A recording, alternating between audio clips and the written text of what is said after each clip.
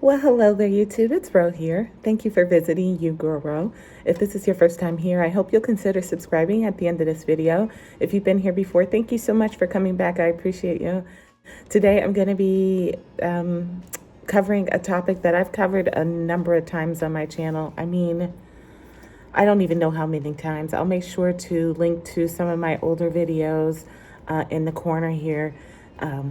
But we'll be talking about herbal seasoning blends that you can create from things you're growing in your garden.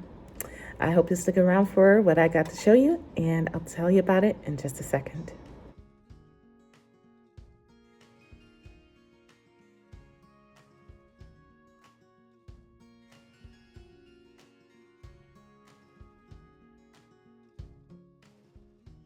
Before we get started, I wanted to mention that there's a companion blog to this on my website at yougrowrow.com. So, and you don't have to write anything down. Just head over to my website and look for this blog and print it out. So before we get into the recipes I come up with, I want to give you some tips on how to dehydrate and store your foods. First, you want to wash and dry all of your vegetables thoroughly. Then when you're dehydrating, you want to slice your vegetables thinly and spread them out evenly on the dehydrator trays. For the herbs, you want to lay them out in the dehydrating tray. Not layered preferably, but if you have to, then do what you got to do. Herbs generally dry faster than vegetables. You can check your herbs, a couple hours afterwards. Vegetables, you can let those run overnight depending on the thickness and the water content of the vegetables that you are dehydrating.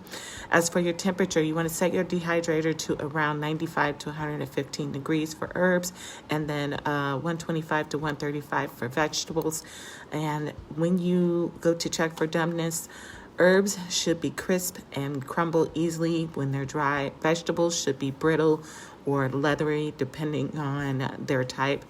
And then grinding them. Once you've dried your herbs and your vegetables, you can grind them using a spice grinder or a coffee grinder, or using a mortar and pestle if you want to put some elbow grease into it for your blends.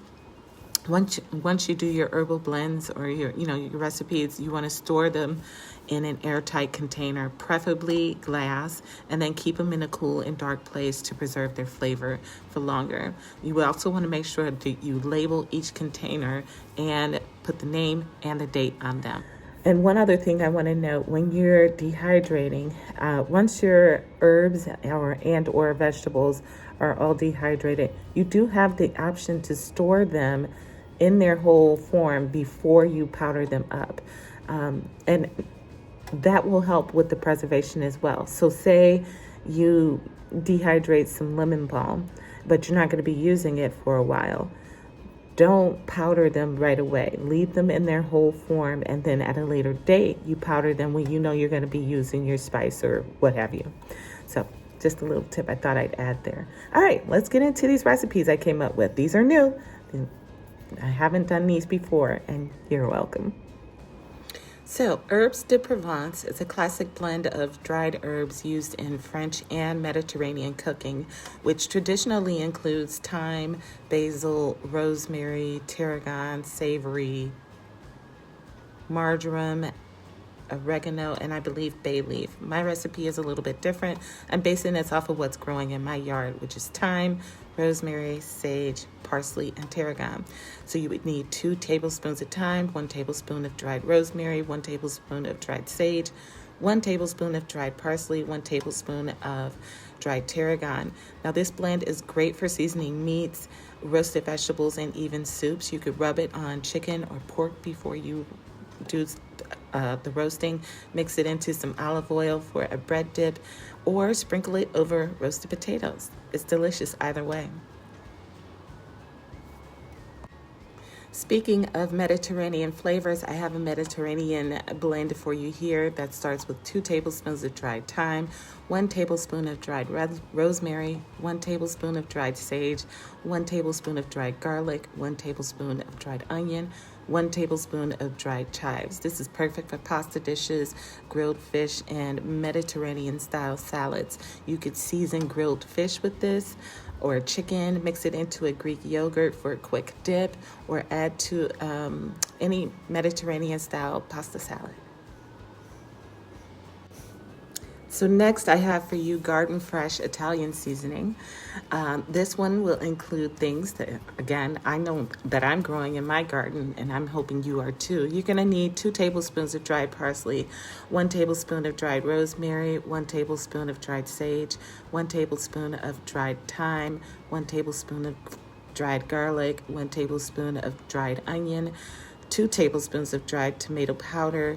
This is ideal for Italian dishes like pasta sauce, pizza, and lasagna. You could stir it into your marinara sauce, sprinkle it on your pizzas before you bake it, or mix it into your meatballs or meatloaf. However you want to do it, it'll add a ton of flavor, and you'll be happy you added it. Next up is my spicy herb blend. I don't know about you, but I'm growing a ton of hot peppers this season, and I'm ready to use them. So for this recipe, you're going to need 1 tablespoon of dried ground peppers. You're going to need 1 tablespoon of dried garlic, 1 tablespoon of dried onion, 1 tablespoon of dried thyme, 1 tablespoon of dried parsley. Mix it all together and add a spicy kick to your meats, your stews, and even scrambled eggs. Add it to chilies or stews for a spicy kick. You can rub it on steaks before you grill them, or you can mix them into a spicy aioli. Yes, aioli. All right, so here now is my recipe for a minty fresh blend. This is different for me, but what's wrong with trying something new, right? So for this recipe, you're gonna need 2 tablespoons of dried mint, 1 tablespoon of dried rosemary, 1 tablespoon of dried sage, 1 tablespoon of dried garlic. You can put this on lamb dishes, use it for your mint tea, or even sprinkle it on your roasted vegetables. You could mix it into a cucumber yogurt dip. That sounds amazing to me, and add it to like a fresh summer salad. If you got any other ideas, be sure to let me know in the comments. Next for you, I have my green veggie blend. You could think of this kind of like what they call green powder.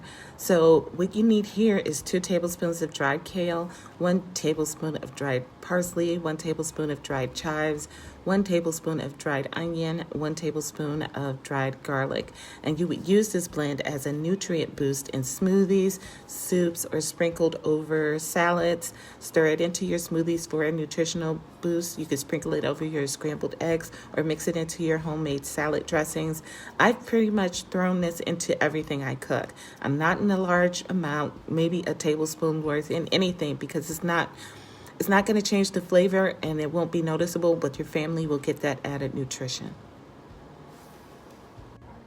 Next up is my horseradish and herb blend. I know this is a bit of a reach, but I know that I personally am growing horseradish, so bear with me. If you don't grow it, that's okay. It's only one recipe. Give me a second. So you're going to need 1 tablespoon of dried horseradish leaves, 2 tablespoons of dried parsley, 1 tablespoon of dried garlic, 1 tablespoon of dried onion, 1 tablespoon of dried chives. This blend will add an amazing zing to your sauces, your marinade, and your dressings. You could add it to your mashed potatoes. You could mix it into a creamy horseradish sauce for your beef, or you could use it as a seasoning for roasted root vegetables like carrots. And to close things out, I have a recipe here for a tomato and herb blend. I hope you enjoy it. I'll link to a video where I showed how to do dehydrated tomatoes for a snack. At any rate, you would need 2 tablespoons of dried tomato powder, 1 tablespoon of dried garlic, 1 tablespoon of dried onion, 1 tablespoon of dried parsley, and 1 tablespoon of dried thyme. This would be great for enhancing the flavors of your soups, sauces, and stews. You could stir it into your soups and stews for added depth. You could mix it into a homemade bread dough for a savory flavor, or you could sprinkle it on your pasta dishes. The world's your oyster with this blend, for sure. Now let's talk about storage and shelf life. You want to make sure you're using an airtight container to ensure that your blends are stored without air. Air is the enemy, as is light. Air and light are bad. If you want to preserve them for their freshness and potency, use glass jars with tight-fitting lids.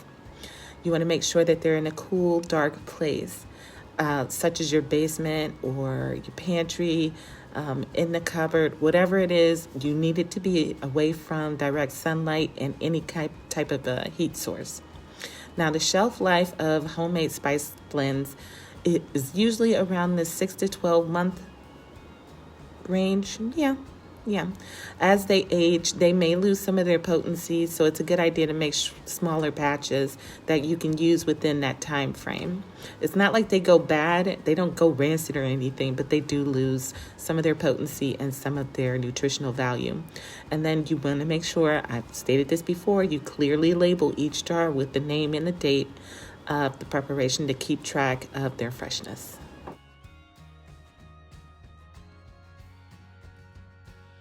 I do have a few additional tips for you, starting with combining the ingredients.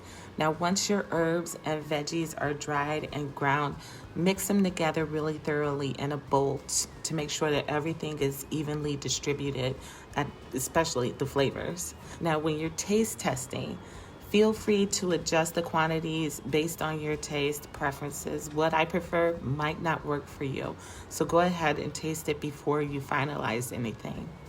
Maybe you want to add some more garlic. Maybe you want to add salt already to some of these blends. It's up to you.